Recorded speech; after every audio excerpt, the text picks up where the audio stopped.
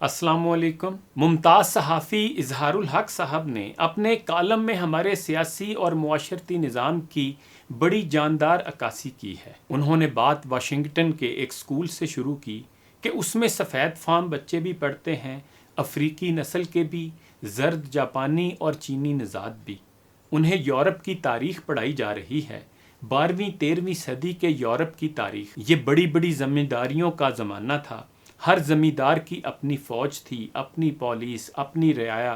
بادشاہ کو ضرورت پڑتی تھی تو سارے زمینداروں کی فوج اکٹھی کر لی جاتی تھی۔ زمینداروں کی رعایا عجیب و غریب حالت میں رہتی تھی۔ چھوٹے چھوٹے کچے گھر، شدید سردی اور برف باری میں کوئلوں کی انگیٹھی بھی میسر نہیں آتی تھی، چند ابلے ہوئے آلو اور بدترین کوالٹی کی روٹی۔ گھروں میں چراغ اتنی ہی دیر جلتے تھے کہ ضروری کام کر لیے جائیں۔ صبح سے شام تک کھیتوں میں کام یا کھڈیوں پر کپڑا بننے اور چاک پر برتن بنانے کا کام۔ آمدنی کا زیادہ حصہ زمینداروں کے منشی لے جاتے تھے۔ زمینداروں کی دنیا اپنی تھی، محلات تھے، 8 گھوڑوں کی بگیاں تھیں، 20 ملازم ایک ایک فرد کے لیے تھے۔ پہاڑوں سے گرتے صاف شفاف چشموں کا پانی اس طبقے کے لیے مخصوص تھا، جبکہ عام لوگ جوہڑوں، تالابوں اور نالوں سے پانی پیتے تھے۔ طبیب اتنے مہنگے تھے کہ عوام کو ان کے نسخوں کی استطاعت ہی نہیں تھی۔ استاد پڑھاتا رہا اور گورے، کالے اور زرد بچے دم بخود ہو کر سنتے رہے۔ کیا ایسا زمانہ بھی تھا جب برف باری کے دوران گھروں میں انگیٹھیاں تک نہیں تھیں؟ پانی جوہڑوں سے پیا جاتا تھا۔ کچھ طلبہ کو یہ داستان غیر حقیقی لگ رہی تھی۔ پیریڈ ختم ہونے کو تھا جب استاد نے اعلان کیا کہ اتوار کے روز طلبہ واشنگٹن کے سب سے بڑے عجائب گھر میں جائیں گے، جہاں 12ویں 13ویں صدی کا یورپ دکھایا جائے گا۔ عجائب گھر کیا تھا؟ گاؤں کے گاؤں بنے ہوئے تھے، یوں جیسے زندہ اور حقیقی ہوں۔ جوہڑوں سے پانی پیتے بچے، گھروں سے غلہ اکٹھا کرتے منشی، انہیں روکنے والے روتے بلکتے کسان اور ان کی بیویاں، گھوڑوں پر سوار لارڈ اور ان کی فوجیں، شفاف چشموں پر قبضہ کرنے والے لارڈز کے سپاہی۔ پیر کے دن کلاس میں بحث ہوئی۔ مغرب پر جتنی بھی تنقید کی جائے، یہ ماننا پڑتا ہے کہ طلبہ میں خود اعتمادی بلا کی پیدا کی جاتی ہے۔ وہ سوال اٹھا سکتے ہیں جو ان کے ذہن میں بلبلہ بن کر اٹھے۔ خوف ہوتا ہے نہ جھجک۔ کلاس کے آدھے طلبہ نے عجائب گھر میں دکھائی گئی زندگی پر شک کا اظہار کیا۔ ان کا کہنا تھا کہ یہ کس طرح ممکن ہے کہ انسان جانوروں کی زندگی گزاریں؟ انسان اور جانور کے طرز زندگی میں بنیادی فرق کو کس طرح ختم کیا جا سکتا ہے؟ استاد سنتا رہا، مسکراتا رہا۔ اس نے ایک طالب علم کو بولنے کا موقع دیا۔ پیریڈ ختم ہو گیا، چھٹی ہو گئی۔ استاد نے سب کو جانے کی اجازت دے دی۔ طلبہ ایک دوسرے سے ذکر کر رہے تھے کہ استاد نے طلبہ کے موقف کا کوئی جواب نہ دیا اور شکوک و شبہات پر کسی رد عمل کا اظہار نہ کیا۔ استاد کا رد عمل دوسرے دن سامنے آیا۔ اس نے کلاس کے تمام طلبہ کو حکم دیا کہ رواں ہفتے کے اختتام تک سب طالب علم اپنے اپنے پاسپورٹ لے آئیں۔ ایک سفر درپیش ہے، استاد ہمراہ جائے گا۔ پھر چند دن بعد کا منظر ہے۔ یہ واشنگٹن کے ہوائی اڈے کا ایک گوشہ ہے۔ 20 طالب علم، لڑکے لڑکیاں، سفید فام، سیاہ فام اور زرد فام جمع ہیں۔ ان کے درمیان ان کا استاد کھڑا ہے اور گفتگو کر رہا ہے۔ تمہیں عجائب گھر میں بنے ہوئے ماڈل مشکوک لگے، تمہارے شکوک و شبہات کی میں قدر کرتا ہوں، اس لیے میں تمہیں ایک ایسے ملک میں لے جا رہا ہوں جو پورے کا پورا چلتا پھرتا، جیتا جاگتا زندہ عجائب گھر ہے۔ تم دیکھو گے کہ وہاں چھوٹے چھوٹے گھر ہیں، ایک ایک دو دو کمروں میں 10 12 افراد رہ رہے ہیں۔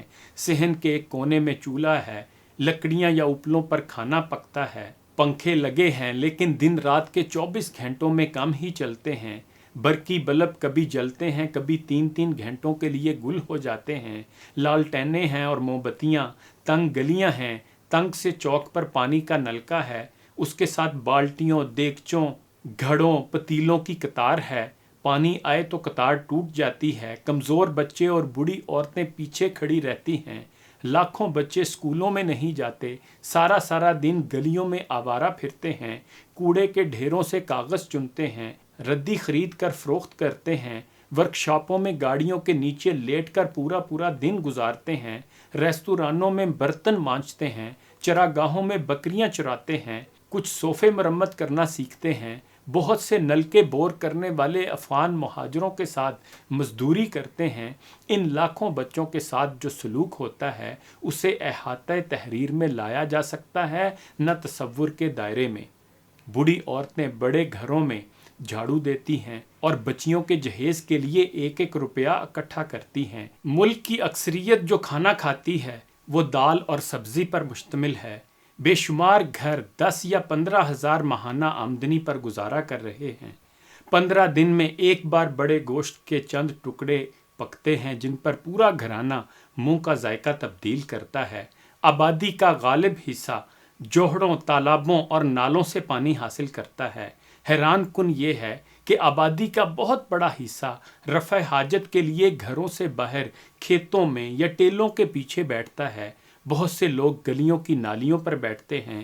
اسی ملک میں ایک اور طبقہ ہے جو چند لاکھ افراد پر مشتمل ہے۔ ان کی زندگی کا انداز وہی ہے جو 12ویں-13ویں صدی میں یورپ کے زمینداروں کا تھا۔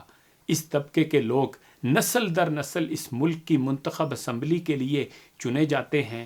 ان میں سے ہر ایک کے پاس درجنوں گاڑیاں ہیں۔ ان کے گھروں میں 20 ملازم ہیں جو عملی طور پر غلاموں کی زندگی بسر کرتے ہیں۔